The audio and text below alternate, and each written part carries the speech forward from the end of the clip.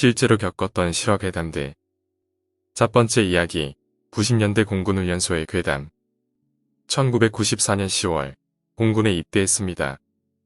진주 공군 교육산하는 대한민국 공군의 요람이라고 불리는 곳이었는데, 소문에는 공동묘지였던 곳을 사서 재개발했다고 합니다. 아니나 다를까 훈련소에는 기묘한 이야기들이 많았습니다. 4주 기본 군사훈련을 마치고 6주의 특기 교육을 위해 당시 정비대대 내무반의 배치를 받아 시설 근무를 했습니다. 시설 근무란 각 내무반과 화장실, 세면장 등의 고장난 시설을 고치는 임시 보직입니다. 이런 보직을 열심히 하면 나중에 자대 배치를 받을 때 좋은 평가를 받기 때문에 열심히 일했습니다. 내무반 건물은 3층으로 되어 있었는데 1층에는 하사관 후보생들이, 2층과 3층은 병과 특기들이 사용했습니다. 이상하게도 2층 화장실 겸 세면장은 자물쇠가 채워져 있었고 접근을 금지했습니다. 시설 근무는 각 층의 고장난 곳을 체크하고 보고한 뒤 수리하는 게 일이었는데 2층의 화장실만은 늘 예외 대상이었습니다. 실장님께 2층 화장실에 대해 물었는데 수도가 고장나서 물이 안 나온다는 단순한 이유였습니다. 그래서 응가를 하면 물도 안 내려가고 뭐 그런 이유였습니다. 그러나 다른 소문이 있었으니 한 훈련병이 훈련 생활에 고초를 이기지 못하고 2층 첫 번째 대변기에서 천장의 석고판을 뜯어낸 뒤 골조의 혁대로 목을 매달아 자살을 했다는 것이었습니다. 어느 날 공군본부에서 검열을 나온다고 2층 화장실을 수리하라는 명령이 떨어졌습니다. 저는 기회다 싶어서 2층 화장실 괴담 따윈 없다. 수리품 체크를 확실히 해서 좋은 인상을 받아야지 라는 생각으로 당장 2층 화장실로 달려갔습니다. 들어가자마자 첫 번째 대변기를 살폈는데 정말 변기 위에 석고판이 마치 손으로 거칠게 잡아 뜯은 것처럼 어둡게 휑하니 뚫려 있는 겁니다. 그래도 설마 하며 변기에 물을 내렸더니 변기 특유의 소용돌이를 그리며 물이 내려가는 겁니다. 저는 당장 세면대로 달려가 수도꼭지를 열었습니다. 순간 숨이 턱 막혔습니다. 수도꼭지에서는 시뻘건 핏물 같은 녹물이 쏟아지는 것이었습니다. 식은땀을 흘리며 서 있다가 문득 이상한 생각에 첫 번째 변기를 고개를 돌려 쳐다보았는데 뜯어진 천장 석고판 구멍에서 담배 연기 같은 희뿌연 안기가 쏟아져 내리기 시작하는 것이었습니다. 수도꼭지를 잠글 새도 없이 전속력으로 화장실을 빠져나왔습니다. 계속 화장실에 있었다면 무슨 일이 일어났을지 모르지만 결국 저는 2층 화장실 수리를 포기하고 말았습니다. 그 후 수리에 대한 변명을 하기 위해 화장실 이야기를 듣고 다녔는데 점호 이후에 화장실에 가면 갑자기 안기가 끼고 첫 번째 대변기 문이 열리면서 목을 맨 훈련병이 보인다는 겁니다. 변명 같지만 시설 근무로 기대만큼 좋은 평가를 받진 못했어도 그때 화장실에서 바로 나오길 잘했던 것 같습니다. 두 번째 이야기, 터가 좋지 않은 천안의 아파트. 제가 중학생 때 겪은 일입니다. 부산에서 살다가 천안 신당동의 모 아파트로 이사를 오게 되었는데 부산의 바퀴벌레가 득실거리던 오래된 빌라에서 벗어나 깔끔한 아파트로 옮기게 되어서 많이 들떠 있었습니다. 무엇보다 바퀴벌레에서 해방된 것이 가장 기뻤습니다. 아파트의 위치는 4차선 도로에서 우측 샛길로 800m가량 빠지면 논밭 한가운데에 있었고 총 4동에 각 동마다 23층까지 있는 복도식 아파트였습니다. 지금은 동수는 기억나지 않지만 호수는 410호로 복도 끝이었습니다.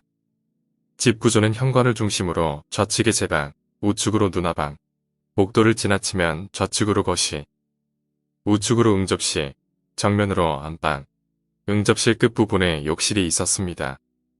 아파트로 이사와서 며칠 되지 않았을 것입니다. 당시 중학생이던 저는 학교 후에 조금 놀다가 집으로 오면 6시 정도였고 어머니와 아버지는 일이 끝나고 8시쯤에 누나는 고등학생이어서 밤 10시가 넘어서야 집에 돌아왔습니다. 집에 도착해서 현관문 앞에 섰는데 집안에서 인기척이 나는 겁니다. 사람들 말소리가 웅얼웅얼 들리는가 하면 방문을 열고 닫는 소리와 발자국 소리가 들리기에 저는 부모님이 오늘은 일찍 돌아오셨구나 하는 생각에 열쇠를 찾았습니다. 그날따라 열쇠가 어디 있는지 주머니를 다 털어도 안 보였습니다. 혹시 잃어버린 게 아닌가 하는 불길한 생각에 가방을 벗고서 털자 온갖 잡동사니와 함께 찰그랑거리며 떨어지는 열쇠 소리가 들렸습니다. 재빨리 바닥에 쏟아진 잡동사니들을 도로 가방에 쑤셔넣고 열쇠를 돌렸습니다. 부모님이 계시는 것은 저의 착각이었을까요? 캄캄한 어둠과 정적.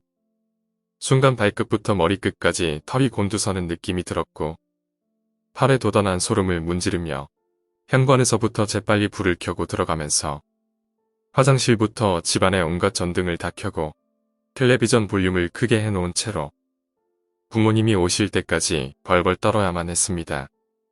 그 뒤로도 종종 집에 들어가기 전에 인기척을 느꼈지만 실제로는 아무도 없는 상황을 겪었고 나중에는 인기척을 일부러 무시하고 저쪽에서 집에 들어가기 전에 큰 소리로 노래를 부르며 집에 나 혼자 있다는 걸 애써 인지하려고 했습니다. 그러던 어느 날 8월 즈음에서 에어컨이 없던 때라서 무척이나 더운 여름밤이었습니다. 당시에 저는 방문을 활짝 열어놓고 자는 습관이 있었는데 그날도 그렇게 방문을 열어놓고 열린 방문 쪽으로 머리를 두고 잠을 청하고 있었습니다. 그날따라 왜 그렇게 잠이 안 오던지 한참을 뒤척이던 순간 거실 쪽에서 어떤 소리가 들렸습니다. 스윽하고 긴 옷자락이 바닥에 끌리는 소리. 소리는 점점 커졌다가 다시 점점 작아졌다가를 반복했습니다. 당시 집의 거실에 좌탁이 하나 있었는데 누군가 그 좌탁 주위를 맴돌고 있는 소리였습니다. 그때 저는 엄마나 누나가 끼어서 돌아다니나 하고 잠도 안 오는 차에 나도 물이나 마시자 하고 일어나려던 찰나 소리가 하나 부족하다는 것을 알게 되었습니다. 옷자락 끌리는 소리와 같이 나야 할 그 소리. 여름에 장판 바닥을 밟으면 쩍쩍하고 나는 소리 있죠. 밤에 잘 시간에 양말을 신고 있었을 리는 없으니 그때부터 엉거주춤 일어나려던 자세 그대로 굳어버렸습니다. 소리는 계속 들리지 방문은 활짝 열려있지 순간 노이가 싹 날아갔습니다. 그대로 아주 천천히 자세를 되돌리고 발치에 팽개쳐져 있던 이불을 조금씩 끌어당겨서 머리끝까지 뒤집어 쓴 채로 귀를 틀어막고 밤을 지새웠죠. 아침에 일어나자마자 어머니와 누나에게 물었지만 밤중에 돌아다닌 사람은 아무도 없었답니다. 그날 아침 저는 그때까지 있었던 일들을 부모님께 이야기했습니다. 잠시 묵묵히 계시던 어머니가 꺼낸 말씀은 또다시 저를 공포에 떨게 만들었습니다. 어머니께서 주무실 때 거의 항상 비슷한 악몽을 꾸시는데 꿈에 어머니와 아버지가 자고 있으면 누군가 안방문을 열고 들어오려고 하더랍니다. 한 사람이 아니고 여러 사람이 문을 열고 들어오려고 하자 어머니는 들여보내면 큰일 나겠다 하는 생각에 온몸으로 문을 밀며 비집고 들어오려는 사람들을 밀어내며 사투를 벌이신다는 겁니다. 그러다 보니 잠꼬대로 욕도 하시고 휘두르는 팔에 아버지가 맞아서 깨어나시는 경우도 많다고 하시더군요. 하지만 그 이야기는 결국 아버지의 몸이 허약해서 그렇지라는 말 한마디에 일축되고 말았습니다. 이런저런 일이 자주 있었지만 이사 온 지 얼마 안 되어 융자도 남아있는 터라 무시하고 살기로 했습니다. 그러던 어느 날인가 제 생애 처음이자 마지막으로 가위에 눌렸습니다. 제가 보통 잠을 자면 똑바로 누워서 천장을 보고는 절대로 못 잡니다. 반드시 옆으로 돌아 누워야 잠을 잘 수 있는데 한밤중에 눈을 떠보니 대자로 양팔과 다리를 벌리고 천장을 바라보고 있었습니다. 눈을 뜨고 멍하니 좀 있으니 몸이 안 움직인다는 것을 알게 되었습니다. 이게 가위구나 라는 생각을 하면서 이리저리 용을 써봤지만 소용없었고 그렇게 한참을 씨름하다가 문득 시야 왼쪽 한켠의 의자가 눈에 들어왔습니다. 컴퓨터 책상에 회전의자. 그 회전의자가 살짝 빠져나와 제 쪽으로 정확하게 돌려져 있었습니다.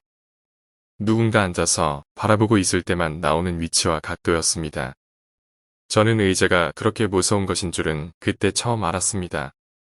더구나 누군가가 앉아서 움직이는 것처럼 살짝 흔들흔들 거리기까지 했습니다.